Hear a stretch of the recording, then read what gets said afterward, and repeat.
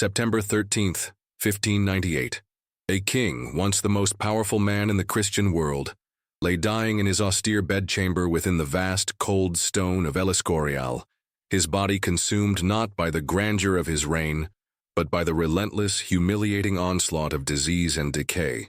The air, thick with the cloying scent of putrefaction and futile unguents, testified to a suffering so profound, so absolute, that it seemed to mock the very notion of his once unquestionable authority. This was Philip II of Spain, whose dominion spanned continents, whose decrees shaped destinies, whose name inspired awe and dread in equal measure. Yet in these final weeks he was reduced to a writhing mass of torment, a grotesque spectacle that confounded both the sanctity of kingship and the very limits of human endurance. His death was no swift, merciful transition, but a protracted, agonizing surrender to the biological indignities that strip away all pretense of power, leaving only the raw, vulnerable essence of a man. The royal physicians, steeped in a blend of ancient wisdom and nascent empiricism, were utterly powerless against the tide of his suffering, their remedies proving as ineffectual as whispers against a tempest.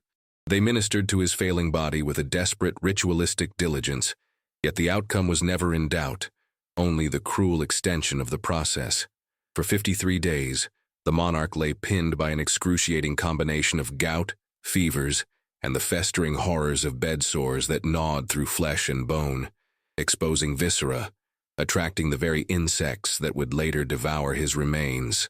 This was not the dignified passing of a sovereign, cushioned by reverence and solemnity.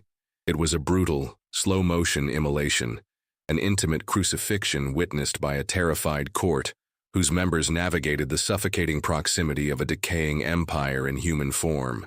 The very notion that such a monumental figure could be reduced to this putrid state, that the physical body of a king could become so utterly compromised, was a terrifying contradiction to the era's understanding of divine right and untouchable sovereignty.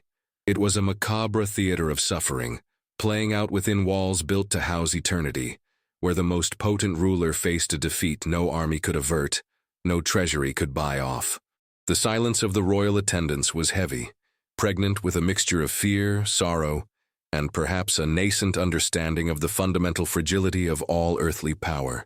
Even the most zealous monarch, whose will had been absolute for over 4 decades, could not command his own flesh to cease its rebellion, nor his eventual passage to be anything less than a profound and public degradation. The torment he endured transcended mere physical pain. It was a devastating assault on the very concept of kingship, a chilling testament to the universal equalizer of mortality. His life had never truly been his own, but in death, stripped bare by agony, his final moments became a stark, undeniable truth about the human condition itself. To understand why such an agonizing end could befall a ruler of Philip II's stature, one must first grasp the colossal weight and intricate machinery of his reign.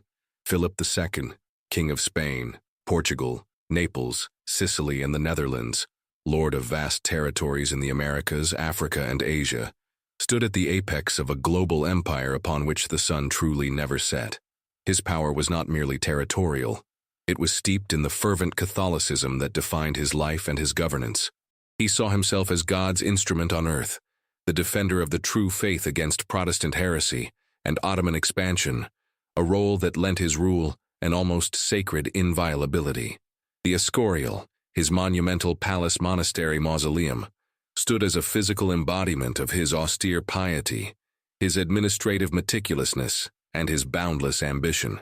Within its granite walls, he personally supervised the minutiae of his vast dominion, reading and annotating dispatches, crafting policies, and issuing commands that reverberated across continents. His meticulous, almost monastic devotion to duty meant that his personal identity was inextricably linked to his divine mission and the colossal apparatus of the Spanish monarchy. The bureaucracy he cultivated was immense, a sprawling network of councils, viceroys, and agents, all designed to channel information and authority back to his desk. This system, while incredibly powerful, was also rigid, hierarchical, and deeply resistant to deviation or challenge, even in the face of the sovereign's own physical decline. The sheer scale of his authority had created an environment where questioning the king's will, or even his physical state, was an act fraught with peril, a transgression against the very order of the universe as understood by the court. His every action, every decision was perceived as divinely sanctioned, elevating him above ordinary mortal concerns, even when those concerns were as fundamental as his own suffering body. This perception of untouchable invincibility, ironically, laid the groundwork for the very public and prolonged nature of his agony. The king, in his regal isolation, was not just a man. He was an institution, a symbol, and the failure of that symbol to maintain its bodily integrity became a horrifying, almost blasphemous public event. The grandeur of his reign, marked by the Spanish Armada, the conquest of new lands, and the relentless pursuit of religious uniformity, stood in stark and chilling contrast to the squalid reality of his final demise. This king, who had commanded fleets and armies, who had dictated terms to popes and emperors, was now utterly beholden to the indifferent microscopic forces of disease, a stark and brutal reminder that even the grandest earthly power ultimately bows before the relentless, humbling power of biology. The legacy of his rule, formidable and enduring, would forever be shadowed by the grotesque indignity of his protracted death, a haunting testament to the ultimate fragility of even the most formidable power. The first ominous whispers of Philip II's final devastating decline began, not with a sudden collapse, but with a gradual, insidious erosion of his robust health, a process that mirrored the slow, almost imperceptible weakening of his vast empire. For decades he had suffered from chronic gout, a common affliction among the wealthy of his era, but one that progressively crippled his joints, turning simple movements into agonizing feats. By the early 1590s, this ailment, coupled with recurring fevers and other unnamed infirmities, began to transform the once indefatigable monarch into a figure increasingly reliant on assistance. His lean frame stooped, his steps faltering. His retreat to El Escorial, ostensibly for spiritual contemplation and administrative diligence, became a literal and symbolic withdrawal from the bustling world. Within the solemn confines of his monastic palace, he increasingly isolated himself, surrounded by an ever-shrinking circle of trusted advisors, physicians, and confessors. This self-imposed seclusion, though characteristic of his reserved nature, unintentionally created a cordon sanitaire around his person, amplifying the distance between the suffering monarch and the practical realities of effective care. The vast, echoing corridors of El Escorial, designed to inspire awe and devotion, now seemed to amplify his solitude, making him an almost spectral presence, even to those closest to him. The rituals of his court, precise and unyielding, continued unabated, a testament to the ingrained inertia of royal protocol, even as the object of that protocol became increasingly infirm. His meals, his prayers, his audiences, all were conducted with a meticulous adherence to tradition, creating a facade of normalcy that barely concealed the escalating physical decay beneath. His increasing immobility meant that he spent more and more time confined to his apartments, his world shrinking to the dimensions of his bedchamber, where the subtle signs of his deterioration became undeniable to those who attended him. The transformation was insidious. The sharpness of his mind remained, but the vessel that housed it was visibly fracturing, a stark visual representation of the fragility of power when confronted with the inexorable march of disease. His public appearances became rarer, each one a stark reminder of his physical decline, fueling whispers and anxieties among the populace and foreign courts. This creeping physical debility, combined with his deeply ingrained personal isolation, meant that when the final, catastrophic phase of his illness struck, he was already physically and socially distanced from any effective intervention, caught within a golden cage of protocol and fear. The system designed to elevate and protect him had, in its very rigidity, contributed to his profound vulnerability, trapping him within an agonizing cycle of decline that would soon reach its devastating climax.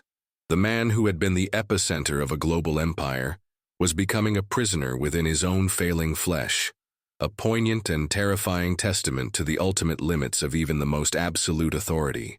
The true, unvarnished horror of Philip II's final weeks lay in the medical practices of the late 16th century, which were not merely ineffective but, in their relentless application, became a perverse form of systematic cruelty. His physicians, learned men armed with the prevailing Galenic theories of humors and an arsenal of crude remedies, were utterly outmatched by the king's virulent infections and the devastating bedsores that plagued him. They administered purges, bled him repeatedly, and applied plasters and poultices made of various, often noxious substances, each treatment failing in its turn, yet none were abandoned. The belief in balancing the body's humors led to interventions that actively weakened an already frail patient, draining him of vital fluids and strength. The bed sores, which began as painful abrasions, rapidly deepened into putrefying wounds, eating away at his flesh, exposing his spine and ribs. These weren't merely superficial lesions. They were gaping chasms of decay, sources of unimaginable agony, and the breeding ground for the very insects that would later infest his bed. The lack of antiseptic practices meant that every dressing change, every touch, likely introduced new pathogens, accelerating the rot. A king's illness was never a private affair. It was a public spectacle, a matter of state, and thus, despite the personal torment, it unfolded under the watchful, fearful gaze of the court. Courtiers, high-ranking officials, and even foreign ambassadors hovered on the periphery, their presence a silent, morbid testament to the intersection of power and physical degradation. They were forced to witness the king's excruciating struggle, to breathe the putrid air of his chamber, to see the undeniable evidence of his flesh betraying him. The witness motif here becomes particularly haunting. Those who saw his agony were not merely observers, but, by their enforced proximity and their inability to act decisively, became unwitting participants in a prolonged medical nightmare. Their fear of contravening protocol, their ingrained reverence for the monarch, and the inherent limitations of their era's medical knowledge conspired to create an environment where the king's suffering was not alleviated but, in a chilling sense, sanctioned and perpetuated. This was not merely the failure of individual doctors. It was the failure of a system, a reflection of an age when power dictated the boundaries of care, and even the most revered body was ultimately helpless before the ravages of disease. The sheer physical brutality of his condition, combined with the era's medical impotence, created a scenario where death, when it finally arrived, was less an end than a merciful release from a sustained, excruciating torment. The indelible image of a once mighty king consumed by such indignities served as a stark and horrifying lesson in the ultimate vulnerability of all humanity, regardless of their earthly dominion. Within the king's chamber, the air hung heavy and still, thick with a stench that defied description, a putrid blend of sickness, decaying flesh, and cloying perfumes meant to mask the unbearable reality. This was the intimate theater of Philip II's final, horrifying decline, a space that should have offered solace, but instead became a crucible of unimaginable physical and sensory torment. The royal bed, once a symbol of majesty and fertility, was transformed into a grotesque charnel house, stained by the oozing wounds that consumed his back and sides. The sounds were equally harrowing, the king's ragged, shallow breaths punctuated by groans of raw, unmediated pain, the hushed, almost reverential movements of his attendants, their soft whispers unable to drown out the horrifying realities unfolding before them. Visually, the scene was one of profound degradation. His gaunt face, once a portrait of stern piety, was now contorted by agony, his eyes hollowed and distant. But it was the hidden horror, the unspeakable reality of his physical decay, that truly defined his final weeks. The bed sores, known as decubitus ulcers, had progressed beyond simple skin lesions.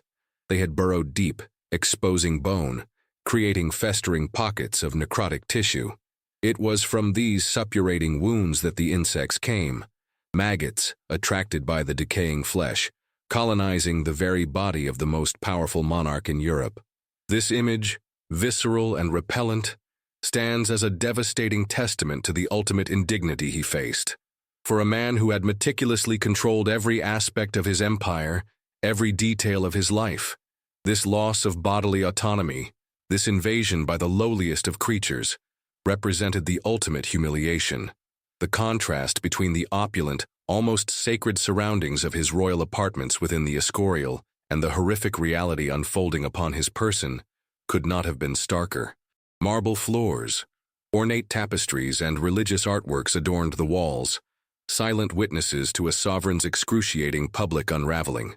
Yet none of this grandeur could repel the microscopic invaders, nor could it alleviate the profound suffering that had become his constant companion. The presence of the maggots was not merely a detail of his physical decline, it was a potent symbolic violation, a stark reminder that even the most formidable human edifice, the most hallowed of bodies, was ultimately subject to the brutal, indifferent laws of nature. This devastating final stage, characterized by the unbearable stench and the crawling infestation, transformed his death from a solemn farewell into a macabre spectacle, etching an unforgettable, haunting image into the annals of history, a permanent stain on the perceived invincibility of a king. Yet something went wrong, profoundly and tragically wrong, in the elaborate machinery of power and piety that surrounded Philip II, allowing his agonizing final weeks to unfold without meaningful intervention. The failure to alleviate his suffering, to provide even basic palliative care in a manner that would spare him such an undignified end, stemmed from a complex interplay of systemic deference, entrenched fear, and a deeply ingrained religious fatalism. The court, structured around an absolute monarch whose authority was believed to be divinely ordained, was paralyzed by an almost sacred awe. To question the king, even in his moments of most profound vulnerability, was unthinkable, an act bordering on sacrilege. This meant that the physicians, however desperate or ineffective their treatments, continued their ritualistic ministrations without any higher authority, challenging their methods, or demanding a more humane approach. Their own knowledge was limited, certainly, but their actions were also constrained by the pervasive fear of taking any initiative that might displease or contradict the sovereign's perceived will, or even the will of God as interpreted through the lens of royal suffering. Religious dogma further complicated matters.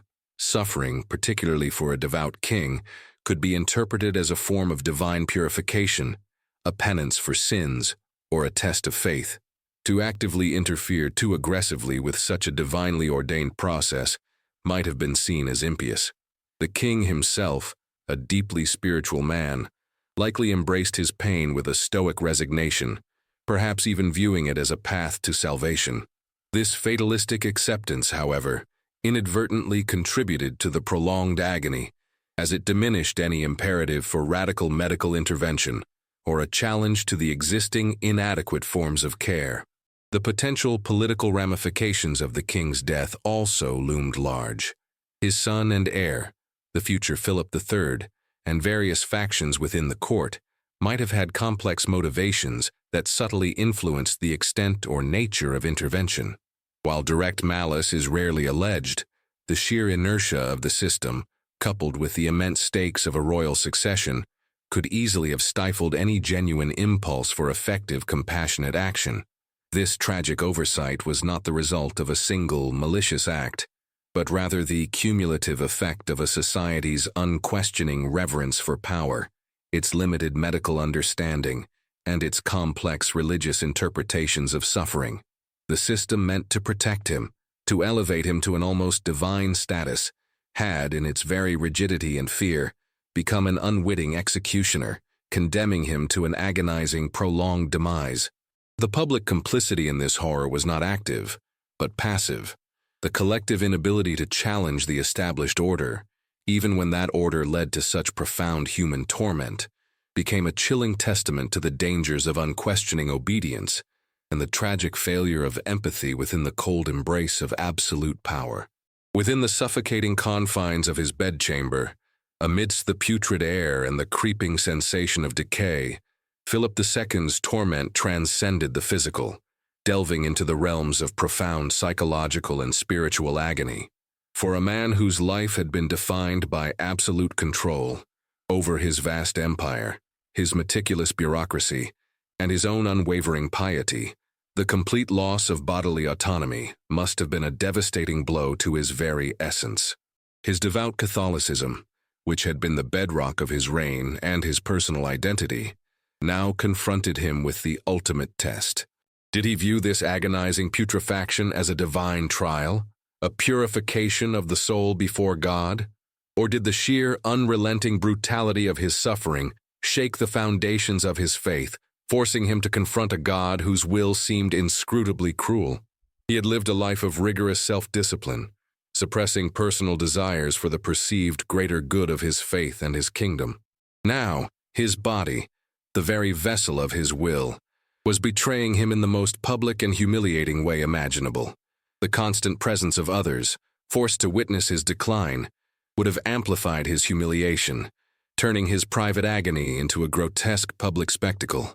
This profound internal evolution, shaped by external cruelty, would have forced him to confront the limits of his own mortality, the ultimate fragility of his earthly power, and perhaps the very meaning of his devotion.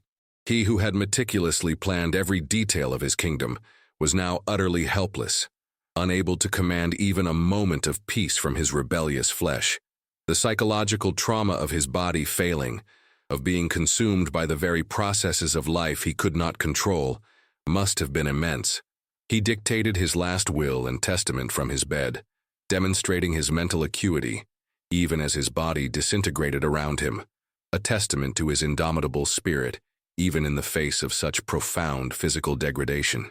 Yet this cognitive strength only sharpened the awareness of his own unbearable plight.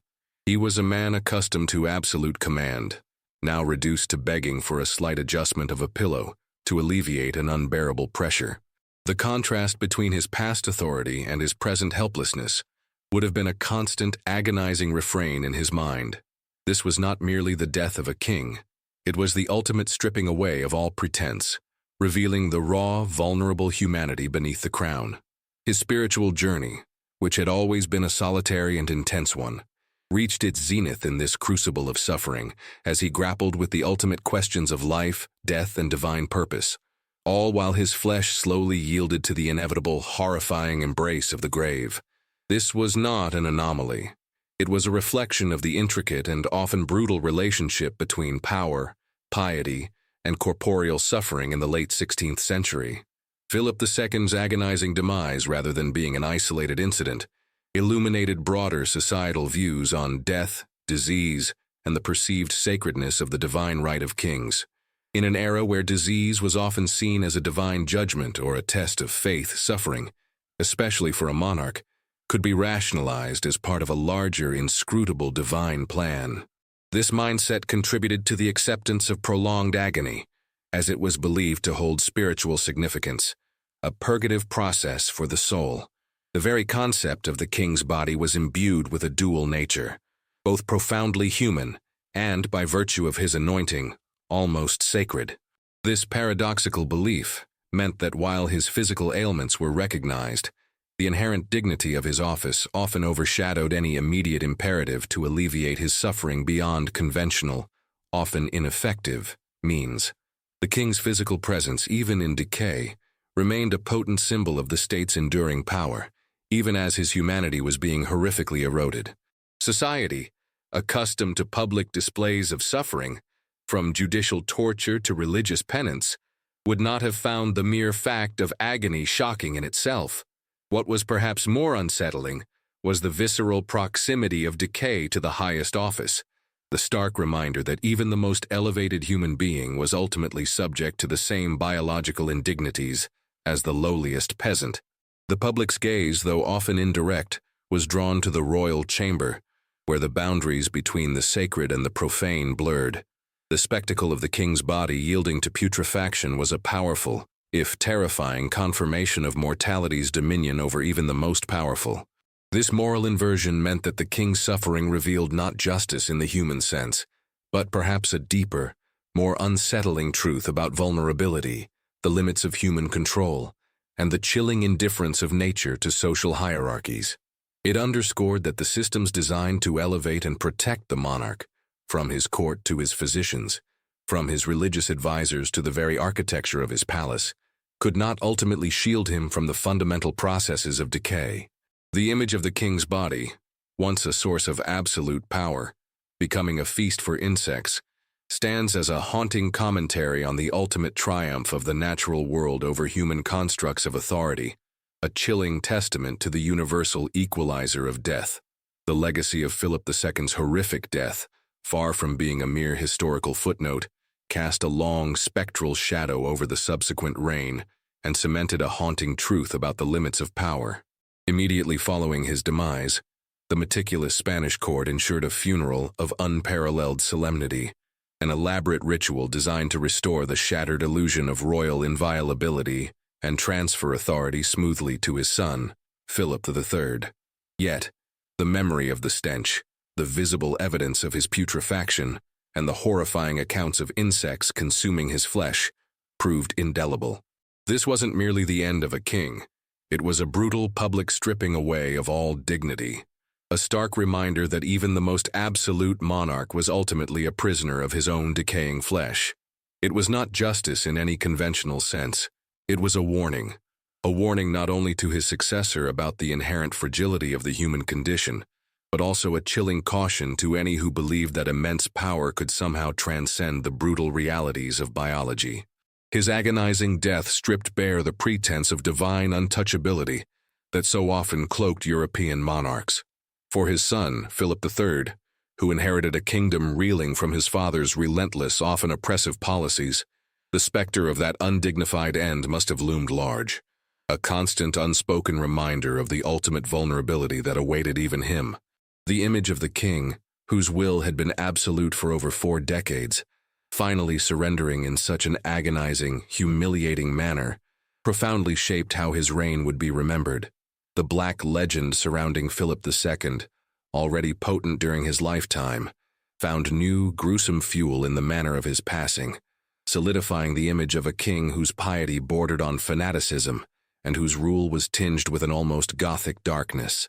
Historians, while acknowledging his administrative genius and his strategic acumen, could never fully disentangle his formidable legacy from the grim reality of his final days.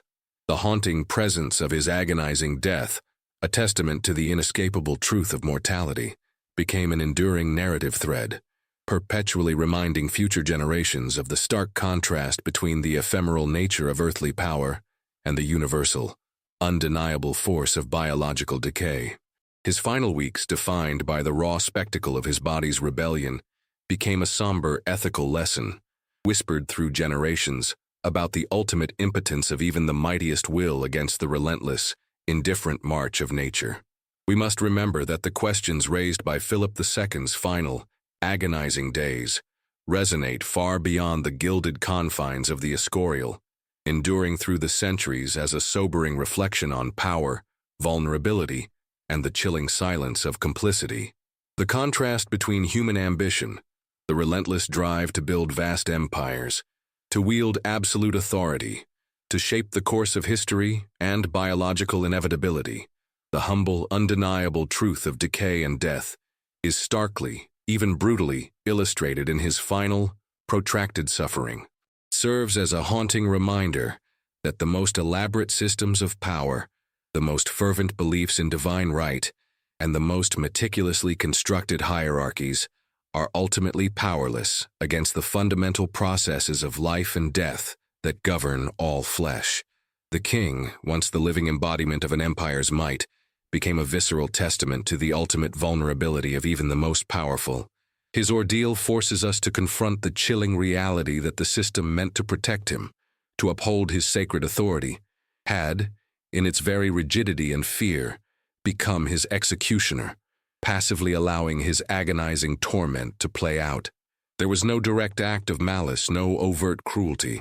Rather, it was the collective failure of empathy, the paralysis of protocol, and the limitations of an era's knowledge that condemned him.